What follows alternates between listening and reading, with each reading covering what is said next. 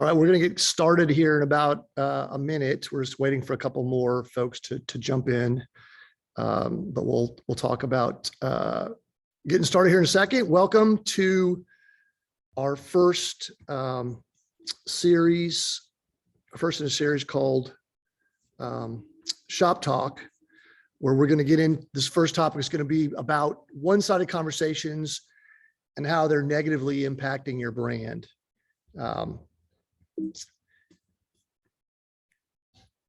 To start with, let's talk about where we're coming from today. We're coming live to you guys from How Do, which is our inspired meeting space in the Trinity Industrial District, which is just off of downtown Dallas, Texas.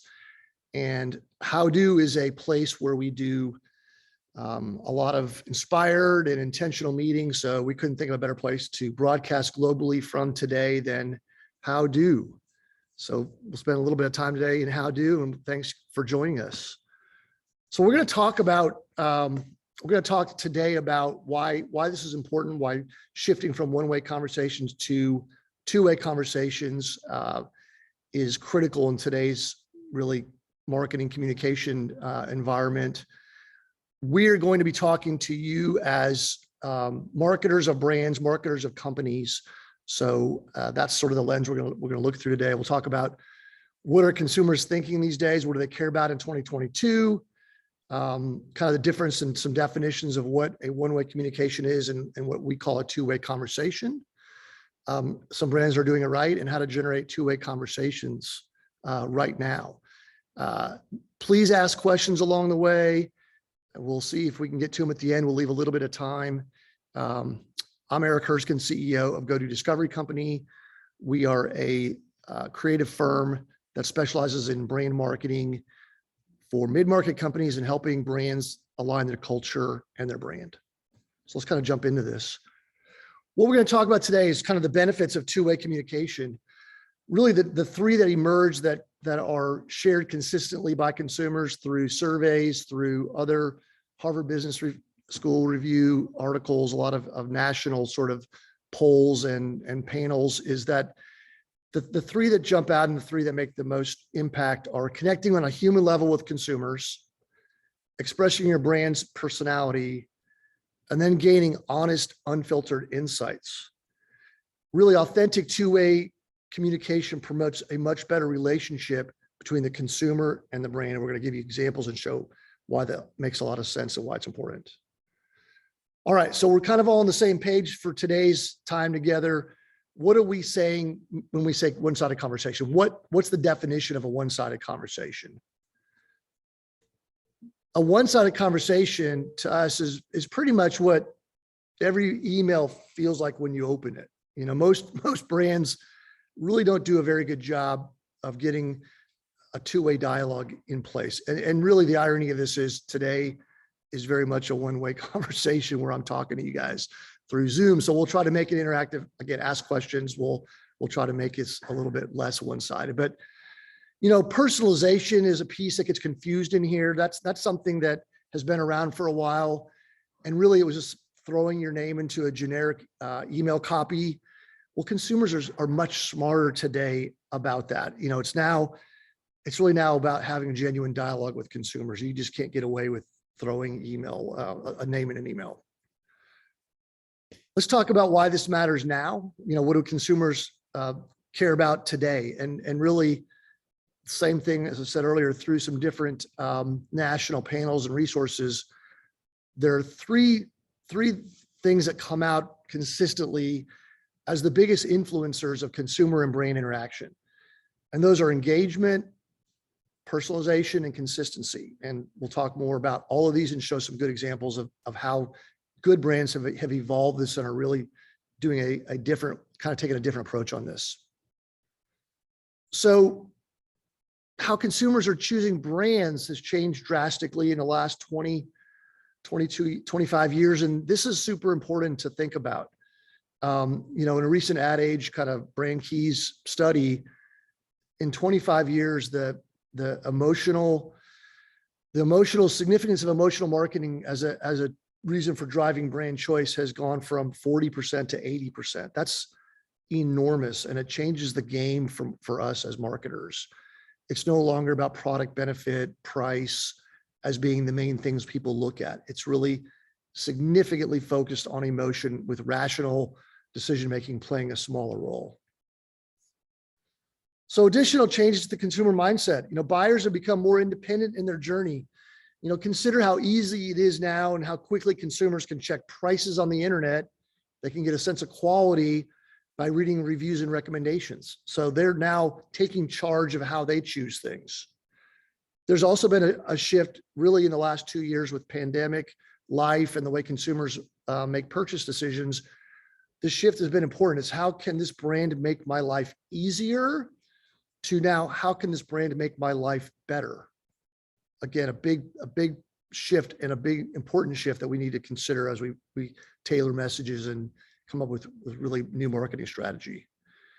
And then they expect quick response from DMs and comments from their social media channels. Consumers are online, it's practically 24/7 these days.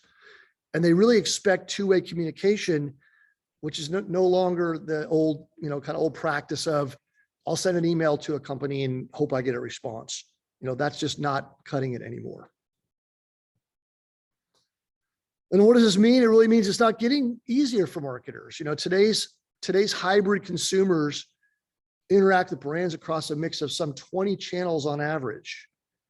And they expect their experience to be consistent across all of these. This is tough. This makes it hard for us. And that leads us to, when customer experience is out of sync with brand promise, customer trust erodes. So let's talk about one-way communication and two-way conversations. So at its core, the problem with one-way communication is that it's a flawed communications model. We don't get feedback the way that we would hope to. It's really reduced or non-existent. So that's one of the big pieces of one-way that's a problem. The second one is it puts a burden on the recipient to really interpret our messages and read them the way we intended them to be read. We all know that people see and hear things differently. So this is a flaw in this model. And probably the last and most important one is the brand promotes and focuses on themselves almost exclusively, not the consumer. And as we've seen, and we'll keep looking through this today, that's not conducive to delivering a brand experience. So Andy Groves, former CEO of Intel, said it best, where he says, how well we communicate is determined not by how well we say things, but by how well we are understood. And we've got our first little pro tip here popping out. So one of the easy things to do is, make sure you make your content interesting by following these guidelines. If you follow the kind of this framework of make that engaging, creative, well-written, and well-presented, you're kind of already ahead of the curve on this. So here's some feedback from just a consumer, which is a lot to read, but so don't. But really, the notion is this guy says, hey, if I'm only getting, communication from a brand with things like monthly newsletters or these mass printed holiday cards wishing me happy Thanksgiving, it doesn't work. I don't care about that. I don't want to hear about these things. It tells me I'm just a lead in their sales funnel. Consumers do not want to be talked to. They want to be heard. And this is part of the idea of two-way conversations. So let's get into some brands who we kind of pulled out and walked through that are getting it right and doing a nice job with this. All right, our first example comes from Lego.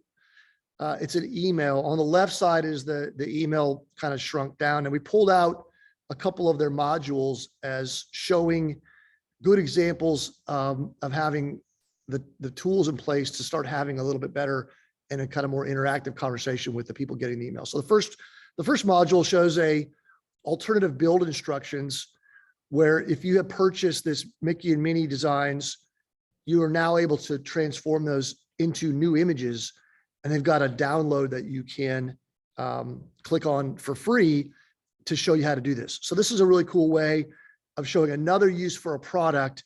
It also engaging people with downloading documents has proven to be a really strong way to have engagement and kind of get people to interact with you in another way. The second blocks here is this, just an idea of new Lego sets. And it's a really good example of voice. Voice and being human are incredibly important, and the ways that you kind of add more depth to your communication. So this one, the last line is great. Head here, friend, head here. Just little subtle changes, simple kind of creative wordsmithing makes this feel more real. The bottom module, which you can't see the whole one that's cut up, but we pulled it in there, is really two strong ways of engagement. The first one is user-generated content, UGC. So these are three creations that were made by just Lego fans, Lego users, and they posted them and they show their names and they show what they created. So it's a really engaging way to show what people are doing with their Legos and showing that you can do other things. And then this is the first kind of a series you'll see here is kind of this interactive poll, which is kind of this question of the week. And they do this, this question is, when it comes to the Lego world, where would you place yourself? So it sort of shows you kind of a tease up, like, I'm a beginner or I know what I'm doing. And so it's, again, another great way to kind of get people to interact with you. Again, and this is all through email, which is typically a one-way conversation. All right, our next one is fun for me because it's a personal example. Embark is a DNA for dogs company. It's a DNA kit. And we had a little stray scrappy ranch dog show up at our place in East Texas last August. And our first question was, hey, what is this guy all about? What's his breed? What's his mix? So we ordered the Embark kit, and you would think that once you got the results, that would sort of be the end of the relationship. And the way that these guys continue through email, continue to engage is impressive, because again, it should have just been a one-time deal. We found out that Giver, that's his name, what he's made out of, that would be it. Well, they continue to send emails. Here's one I just recently got, and this one's fun. It's the first one is, we found more dogs like Giver. So there's an emotional connection that our dog, there's other dogs out there that are similar to him. So the first part is they're alike. Then the second piece is community. So it goes, you can visit other dogs that are like mine, and you can reach out to other customers and consumers and kind of people that are part of this Embark family and story. Even if you wanted to live if you lived in the same town, you could schedule play dates and other fun stuff. And then the bottom one is tell a friend and get rewarded. So again, what should have been a one-time thing, I'm telling you guys about it. We're talking about it today. It's telling friends about this cool thing, how you can find out what your dog's all about, and they continue to reinforce that. On their website, if you click through, this is kind of fun. It turns out Brady and Nutter are very similar to Giver in their mix. So you can scroll down and look at it, but it's high level detail and a lot of information about their DNA, what breeds they're comprised of, and all sorts of fun stuff. So again, you can make something that feels like a one-time purchase last longer. Good example for that. All right, our next one, Verb Energy. We've got an email and an SMS. This was selected because of it shows how you can use tone and really strong humanity coming through that tone. On the right side is the email, even the fun, clever text of text us whenever versus just a phone number. The left is an SMS, and the person who shared this with us said something, which is another kind of pro tip, was it feels like a person is texting me. So use SMS, but don't use it to blast out offers. Don't use it to just update information. Have a conversation.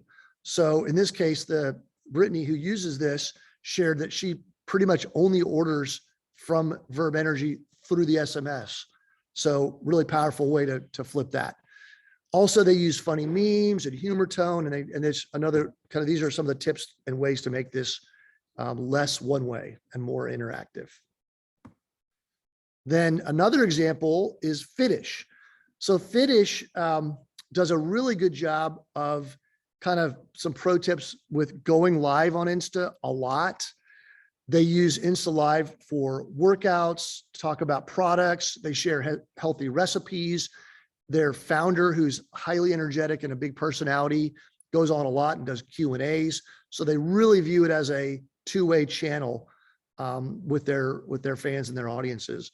The middle one is a great example of user reviews, and this brand posts them frequently. They don't censor them, they don't edit them, they just throw them up there so other people can get a good sense of what's going on and what this brand, others that are using the brand are saying about the brand. And then on the right is another great use of Instagram is the polling again, an interactive question. In this case, it's more open-ended, ask us anything, and people are typing things in and getting more information. So this company, which is a skincare company and brand, has really become a lifestyle company and brand. Then our last one, which is kind of a fun example here, is Coinbase. So probably most people that are tuned in today to this watched the Super Bowl, probably saw this commercial, and it really is fun because it says, who says a TV spot can't be a two-way conversation? They had the bouncing QR code, and if you engage with the QR code, it directed you to the Coinbase website where you could get a $15 in Bitcoin, or if you're an existing customer, you could get entered into a $3 million Bitcoin giveaway. So just think outside of the norm, think bigger, think differently. This is an interesting time where you took a TV commercial and made it into a two-way engaging moment. Okay, let's get into what do I do now? What are some things I can do? How do I start generating two-way conversations like as soon as this webinar is over? So some of this, some of you have already done some of this, but it doesn't hurt to revisit it, is really start off by saying, which social networks should I be on? There are brands that LinkedIn make the most sense. There are brands where Twitter makes the most sense. Think about the brands that and where your people are and find them and meet them there. And then, so pick those and then lean in hard to those. Secondly is humanize your online presence. We saw a few examples of this. The Verb was a good one, but humanize it. One of our pro tips is put a face to your brand. Communication should feel like you're talking to another human. It shouldn't feel like a one-way dialogue with a brand, just telling you what they want you to hear from them. Third is welcome new followers. This is kind of an easy thing to do. We've all been on Instagram where we've started following a brand or an influencer or someone that we like, and they thank you for following them. Probably don't get a lot of these, but it's really easy to do, and it's a powerful way to engage. So welcome new followers, welcome people as they engage with your company, and say thank you. Talk about current events or affairs in your industry is a really great way to kind of talk about stuff in another way. So another pro tip is kind of stay in your lane and cater your messages. Join conversations in which you have the authority, but stay on topics that they're not relevant to your brand. So, talk to them about things that are going on in your space. Use humor. We talked about this and we've shown you a couple examples, but humor is a really friendly way to get a smile, to generate, another way of remember people remember you because you made them laugh and make them feel good. Ask questions. This is super important. I think you've seen some of the good brands, and the example of Fitish is a really good one where it emerges as ask open-ended questions, ask specific questions, dig into it, let people know you care about what they think and what they say. So ask a lot of questions through these channels. Put up surveys. It's just a version of questions. They can be fun. They can be important. They can be on brand. They can be just simple things, but put up surveys. People love to interact with them. Respond to followers, kind of in the same welcoming, but respond to them. If they ask a question, say something back to them, answer their question. You don't have to respond to every comment because some brands obviously get overwhelmed by comments, but find the ones that make sense and comment on. The other people that commented will see those and they'll appreciate that you're talking and engaging with people that are in their, kind of in their world. And then kind of lastly is, measure results. We want to always look back, look back every quarter, look back every 6 months and say, okay, we focused heavily on Instagram. What did that do for us over the last 6 months? Is our humorous tone working? Are we getting engagements? Are we getting more likes? Are we getting more followers? Things like that. So before we get into any questions, I'll just kind of wrap up a little bit with the main takeaway I want you guys to feel today is really authentic two-way conversations promote a better relationship between the brand and the consumer. That's the simple way to think about this. Just always remember that it's good. Two-way communication is going to yield better results, and you can start right now. All right, so I'm going to stop sharing. I think we have a couple of questions here we can get to. Okay. Tell us more about Giver as a question. We'll come back to that in a minute because we've got another one that's also important. The question is, one of our questions is, do you have to be a big brand to start doing this, immediately? And the answer to that is absolutely not. We work with a lot of different size companies and a lot of different size brands. In fact, I think, boutique brands, smaller brands, up and coming brands, startup brands have the advantage of scale. They have the ability to be nimble. They can test and learn and have a voice, and they can be more human right out of the gate. So you do not have to be a big brand to be able to kind of effectively do that. The flip side is big brands also can take some of these learnings and apply them right away. You saw the Lego example. It's a big company. They did a nice job of giving bringing in their fans, bringing in people that are showing them what they're doing with their product. They're showing their customers how to do more with their product, and they're also using some real human language and kind of easily getting some of that more two-way dialogue started.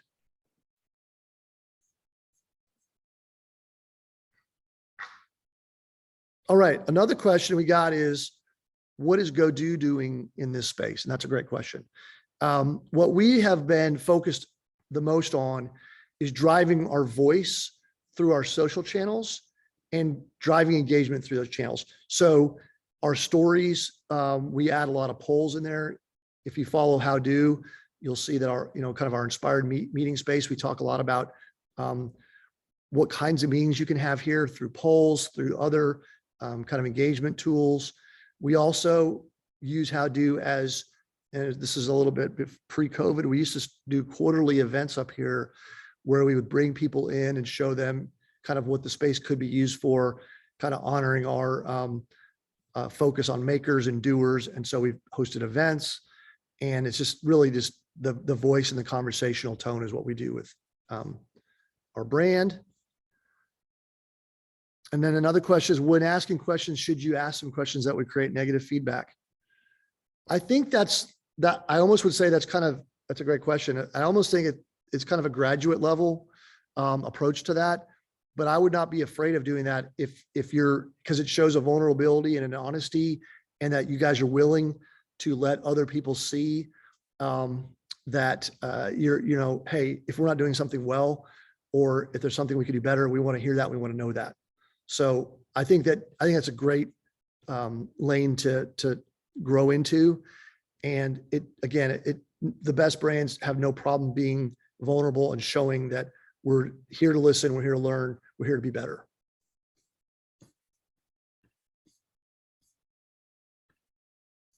And I guess the question is, tell us more about Giver, from an anonymous attendee. Giver is a little dog that we rescued from East Texas, and he is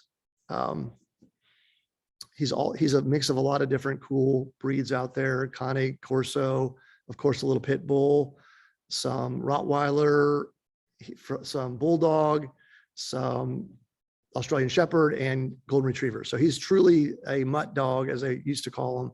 But now through DNA, we're able to kind of get another profile of him. But thanks for the question.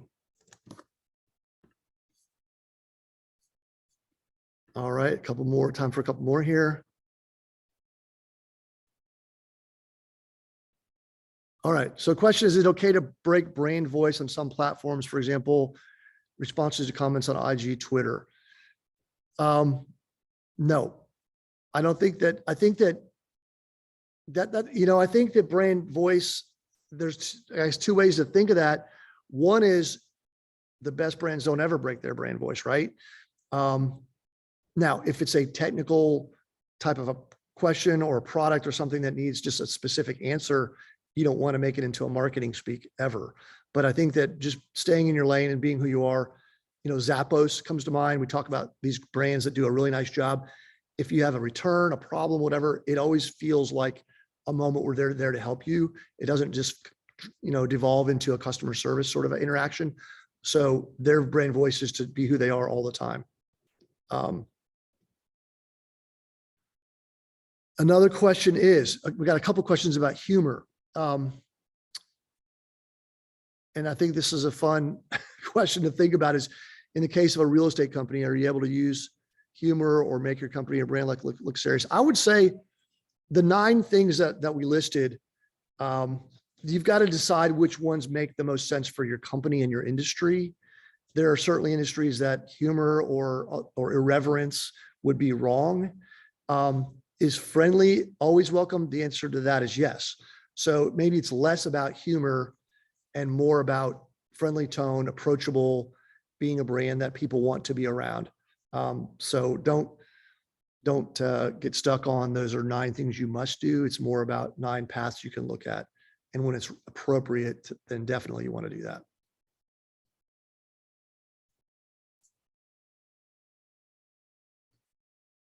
I think we're good, right? All right. Well, thank you for spending a little bit of time with us. We are going to, let me go back. We are going to share out the recording of this. So if you want to watch it again, if anybody wants a PDF of the presentation, we can certainly email that to you. Just let us know, or we'll follow up individually. But thanks for your time today. We look forward to kind of the next one. We'll keep you posted, and have a great day.